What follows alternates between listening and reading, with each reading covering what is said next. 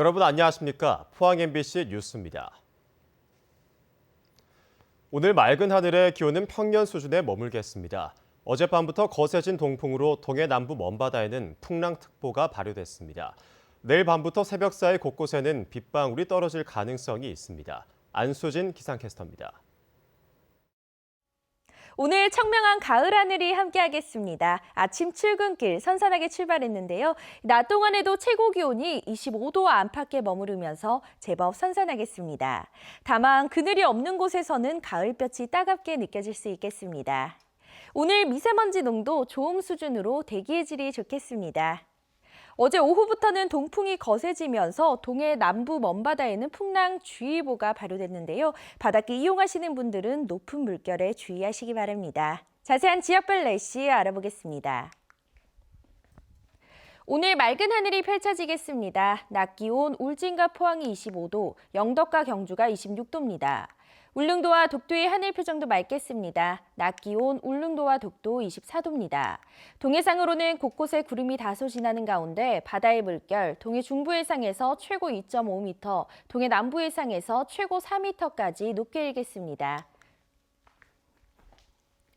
내일은 동풍의 영향으로 밤부터 모레 새벽까지 곳곳에 빗방울이 떨어질 가능성이 있고요. 주 후반으로 가면서 점점 더 선선해지겠습니다. 날씨였습니다. 포항 제주 하늘길이 다시 열렸습니다. 이 제주 하늘길은 그동안 두 차례 열렸다가 닫혔는데 이번에는 대한항공이 노선을 개설했습니다. 경북동해 안 주민들의 항공 편의 증진과 함께 만성 적자인 포항공항이 활성화될지 기대가 커지고 있습니다. 김기영 기자입니다. 제주로 향하는 대한항공 여객기가 포항공항 활주로를 박차 오릅니다. 130석 규모의 A220 중형 기종으로 제주 출발은 오전 11시 35분, 포항 출발은 오후 1시 15분으로 하루 1회 왕복 운항합니다. 제주에서 도착하는 첫 승객이나 포항에서 제주로 향하는 여행객 모두 가까운 공항 덕에 만면 희색입니다. 만약에 포항에 이게 없었으면 사실 쉽진 않았을 것 같아요. 저한테는 아이들 데리고 다른 지역까지 가서 간다는 게 저한테는 굉장히 부담스러운 일이라서. 첫 운항편은 만석, 9월 말까지 예매율은 80%를 웃돕니다. 포항공항의 강점은 지리적 위치. 대구공항이나 김해공항을 이용하면서 연간 30억 원으로 추산되는 포항 시민의 불필요한 지불 비용도 절감할 수 있고 무엇보다 주차료가 없습니다. 문제는 개업 효과가 끝난 이후입니다. 운항 시간이 한낮으로 여의치 않는 게 걸림돌입니다. 더구나 지난해 117억 원의 적자에서 보듯 포항공항은 대표적인 만성 적자 공항입니다. 이번 제주 노선 취항을 계기로 추가 노선 개발이 과제입니다.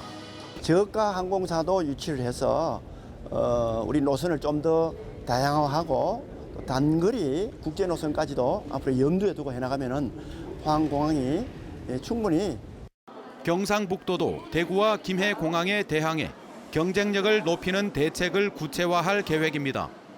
지역 산업이나 지역 관광 활성화를 위해서는 공항 접근성이 가장 중요하다고 할 수 있습니다. 저희들이 그 포항 공항 활성화를 위해서 연구 용역을 바탕으로 김포 노선도 하루 1회로 줄고 제주 노선은 아시아나 항공이 2014년, 에어포항은 지난해 12월 폐쇄하는 등 악순환을 막는 세심한 전략이 필요합니다. MBC 뉴스 김기영입니다. 영덕 오징어 가공업체에서 숨진 외국인 노동자 4명이 흡입한 가스는 황화수소와 암모니아로 확인된 가운데 업체 대표에 대해 구속영장이 신청될 것으로 보입니다. 영덕경찰서는 국립과학수사연구원의 지하탱크 현장 감식에서 이 같은 가스 일부가 검출됐고 태국인 3명에 대한 부검에서도 가스 흡입에 의한 질식사라는 소견이 나왔다고 밝혔습니다. 경찰은 업체 대표 54살 A씨가 작업 당시 현장에 있었지만 사전 가스 검사와 안전장구 착용 등을 지시하지 않았다며 고용노동청과 협의해 업무상 과실치사와 산업안전보건법 위반 혐의로 구속영장을 신청하기로 했습니다. 오는 12월 포항 영일만 항과 러시아 블라디보스토크 간의 크루즈선 시범 운항을 앞두고 이달부터 여행 상품 판매가 시작될 전망입니다. 경상북도는 경북 동해안 5개 시군과 안동, 대구를 연계하고 해양수산부와 국제선사, 국내 여행사 등의 홍보를 강화하고 있습니다. 현대아사는 1,400명이 탑승하는 5만 톤급 크루즈선을 시범 운항해 영일만항의 크루즈 관광객 유치와 국제항으로서 가능성을 타진해 볼 예정입니다. 고속도로 요금소 수납원 250여 명이 9일째 김천에 있는 한국도로공사 본사에서 농성을 이어가고 있습니다. 직접 고용을 요구하는 노조원에 그럴 수 없다는 회사 주장이 팽팽히 맞서 의견차를 좁히지 못하고 있습니다. 한태영 기자입니다. 한국도로공사 본사 1층에는 경찰의 통제 속에 요금소 수납원 250여 명이 농성을 이어가고 있습니다. 지난 9일부터 시작된 농성은 오늘로 9일째입니다. 지난 추석에는 수납원들은 건물 안에서 합동 차례를 지냈습니다. 요금소 수납원들은 도로공사에 교섭 요청서를 3차례 보냈지만 입장 변화가 없다는 답변만 받았다면서 1,500명을 직접 고용하라고 촉구했습니다. 민주노총은 기자회견을 열고 경찰이 강제 진압을 한다면 문재인 정부가 노동자를 향해 벌인 전쟁에 물러나지 않고 투쟁에 나설 것이라고 반발했습니다. 지금 이 상황을 경찰의 강제 진압으로 끝낼 수 있다 생각하고 있는데요. 절대 그렇게 끝낼 수 있는 상황 아니고요. 수납원들이 지금까지 겪어온 모든 부당함을 지금 저희가 보여드리고 있는 것입니다. 도로공사는 지난 9일 기자회견에서 밝힌 대로 대법원에서 승소한 요금 수납원만 직접 고용하겠다면서 소송 중인 요금 수납원은 소송 결과를 판단해 조치를 하겠다는 주장을 되풀이했습니다. 노조 측에서 원칙적으로 전원 직접 고용만을 요구하시기 때문에 현재 평행선인 상태고요. 그 입장차가 좀 정리가 되지 않는 한은 현재로서는 당장 대화가 좀 어려운 실정입니다. 양측이 한치의 양보도 없는 원론적인 입장만 고수하고 있어 요금 수납원의 본사 농성은 상당히 오래 갈 것으로 보입니다. MBC 뉴스 한태현입니다. 경주시는 국제문화교류관 등 지역의 공공시설을 예식장으로 무료 개방합니다. 경주시는 오는 21일 옛 시장 관사를 새로 고쳐 개관한 국제문화교류관에서 동국대와 경상북도 문화관광공사 등과 작은 결혼식 문화 확산을 위한 협약을 체결하고 작은 결혼식도 개최합니다. 국제문화교류관을 비롯해 경주 지역에 무료로 예식장을 개방하는 곳은 동국대 녹야원과 보문 호반광장, 화랑마을, 경주향교, 용담정 등 14곳입니다. 경상북도는 소나무 재성충병 방지를 위해 국비 예산 70억 원을 추가로 확보해 예방사업에 투입합니다. 산림청의 추가 방제비 39억 원, 산림재해대책비 31억 원의 국비에다가 지방비 53억 원을 합쳐 총 123억 원으로 피해 고사목 방제와 나무주사 등의 사업을 펴니다. 소나무 재성충병은 우리나라에서는 1988년 부산 금정산에서 최초로 발견됐고 경북에서는 2001년 구미에서 처음 발견돼 현재 18개 시군에서 피해가 발생했습니다. 조국 장관 딸의 표창장 진위 논란은 최성해 동양대 총장의 입을 통해 일파만파 커져갔습니다. 이 때문에 최성해 총장의 주장에 정치적 배경이 따로 있는 것 아닌가 하는 관측도 나옵니다. 그런데 3년 전 동양대 노후 건물과 땅을 지자체에 매각하는 과정에서 자유한국당 최교일 의원이 도움을 준 정황을 확인했습니다. 최 의원은 자유한국당 법률지원단장으로 조국 법무부 장관 공격의 최일선에 서 있습니다. 홍석준 기자입니다. 동양대 서편에 자리한 경북테크노파크 경량소재 융복합 기술센터입니다. 경상북도와 영주시가 동양대 부속 건물을 3년 전에 매입한 뒤 리모델링을 거쳐 올해 초 운영을 시작했습니다. 매입 비용은 건물과 인근 부지를 합쳐 40억 원. 그러나 2016년 첫 매입 계획은 영주시 의회의 반대로 무산됐습니다. 17년 된 노후 건물을 매입해 추가로 리모델링 비용을 지출하기보다는 새 건물을 짓는 게 합리적이라는 것. 그런데 매입안이 무산된 직후 최교일 의원이 매입에 반대하는 시의원을 직접 불러내 최성해 총장 등 동양대 관계자들의 설명을 듣게 한 것으로 확인됐습니다. 학교 어렵고 하니까 좀 매입해줬으면 좋겠다는 쪽으로 나를 압박 주려고 불러도 틀림이 없지요. 그리고 5달 뒤 동양대 건물 매입안은 재상정돼 조용히 시의회를 통과했습니다. 매입이 40억 원 외에 별도로 리모델링 비용까지 들었는데 당초 7억 원에서 14억 원, 다시 24억 원으로 껑충 뛰었지만 아직도 건물의 30%는 예산이 부족해 공사를 시작도 못했습니다. 리모델링 빚만 한 50억 이상이 들어갈 것이다. 한 얘기를 했어요. 당초 계획이 이제 판단이 잘못되었을 수도 있습니다만은. 동양대 부동산에 대한 특혜성 매입 과정에 최규일 의원의 역할이 일부 확인되면서 최성해 동양대 총장의 최근 행보를 둘러싼 정치적 논란도 한층 가열될 것으로 보입니다. MBC 뉴스 홍석준입니다. 불량 석유 판매 주유소가 매년 증가하는 가운데 경북 지역은 전국에서 네 번째로 불량 석유 판매가 많은 것으로 나타났습니다. 국회 산업통상자원 중소벤처기업이 이용주 의원이 한국석유관리원으로부터 제출받은 자료에 따르면 최근 5년간 품질 부적합 석유를 판매해 적발된 주유소는 1,392곳에 이르며 올해만 212곳이 적발돼 해마다 증가하고 있습니다.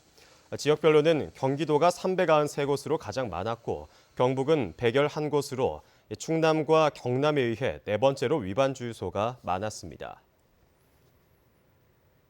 경주시는 오는 23일부터 100일 동안 2019년산 공공 비축미를 매입합니다. 비축미 매입 품종은 삼광이며 매입량은 산물벼 8만 5천 포대, 건조벼 5만 3,750포대이며 읍면 동별로 배정 물량은 오는 20일까지 확정됩니다. 경주시는 비축미 매입 당일 중간 정산금을 지급하고 매입 가격은 12월 말 최종 결정할 예정입니다. 한국지역난방공사는 대구 달서구 지역을 중심으로 11만 가구에 열과 따뜻한 물을 공급하고 있습니다. LNG를 사용하는 다른 지역과는 달리 값이 싼 벙커시유를 사용하지만 다른 지역과 같은 요금을 받아 폭리를 취해왔습니다. 윤영균 기자입니다. 한국지역난방공사는 LNG 가격 인상을 이유로 최근 전국적으로 요금을 3.79% 올렸습니다. 전국지사 17곳 가운데 대구와 청주만 LNG 대신 값싼 벙커 CU를 사용하지만 요금은 같이 올랐습니다. 환경오염도 문제입니다. 벙커 CU는 LNG보다 미세먼지는 50배 이상, 황산화물은 1,500배 이상 더 배출합니다. 비판이 잇따르자 한국지역난방공사는 지난 2017년 말부터 황함유율이 기존의 3분의 1 수준인 벙커 CU를 사용하고 있습니다. 하지만 미세먼지나 질소산화물 배출량은 큰 차이가 없다고 전문가들은 보고 있습니다. 한국지역난방공사는 대구에서도 2024년부터 LNG를 사용하겠다고 밝혔지만 현재 용량보다 6배 가까이 늘어나는 만큼 대기오염이 줄어들지도 미지수입니다. 열병발전소 정설 추진을 철회하고 즉시 벙커시유를 LNG로 교체해야 한다고 생각합니다. 안전불감증도 도마에 오르고 있습니다. 감사원에 따르면 지난해 2월 한국지역난방공사 열수송관이 지나는 대구시 달서구 한 곳의 지표면 온도가 다른 곳보다 14도나 높았던 것으로 밝혀졌습니다. 열수송관에 문제가 생겼다는 의미였지만 감사원 감사 결과가 발표된 1년 반 뒤에야 보수 공사를 했습니다. 어떤 손상 때문인지 정밀 진단을 한 후에는 유지 보수를 해야 됩니다. 그런데 1년 반이 넘는 시간 동안 이걸 장기간 방치한 거고요. 이런 것들이 자칫 잘못하면 대형 재난과 사고로 이어질 수도 있는 것인데 한국지역난방공사는 문제가 생긴 열수송관이 지나는 곳이 주택가인지 학교인지조차 국가 안보라며 공개하지 않아 주민들의 불안은 커지고 있습니다. MBC 뉴스 윤영균입니다. 포스텍은 2020학년도 수시 모집을 마감한 결과 330명 모집에 2,296명이 지원해 6.96대 1의 경쟁률을 기록했다고 밝혔습니다. 농어촌 전형이 7.8대 1로 가장 높은 경쟁률을 보였고 이어 일반, 저소득 가구 등의 순으로 나타났습니다. 한동대학교도 2020학년도 수시 모집을 마감한 결과 770명 모집에 2,898명이 지원해 3.76대 1의 경쟁률을 보였습니다. 사회기여자 및 배려자 전형에 234명이 지원해 6.69대 1로 최고 경쟁률을 기록했으며 이어 일반, 소프트웨어 인재 전형도 높은 경쟁률을 보였습니다. 영덕군은 수자원 공사와 함께 이달부터 내년 2월까지 15억 원을 들여 상수도 누수 방지를 위한 블록 시스템 구축 공사를 추진합니다. 블록 시스템은 배수구역을 권역으로 나눠 유량과 수압을 감시하는 체계로 이 사업이 완료되면 누수 지점과 누수량을 파악해 누수 탐사와 복구 작업을 벌이게 됩니다. 영덕군은 상수도 시설 노후화로 최종 공급 비율인 유수율이 55.9%에 불과해 지난해부터 국비 등 315억 원을 투입해 오는 2022년까지 시설 현대화 사업을 추진하고 있습니다.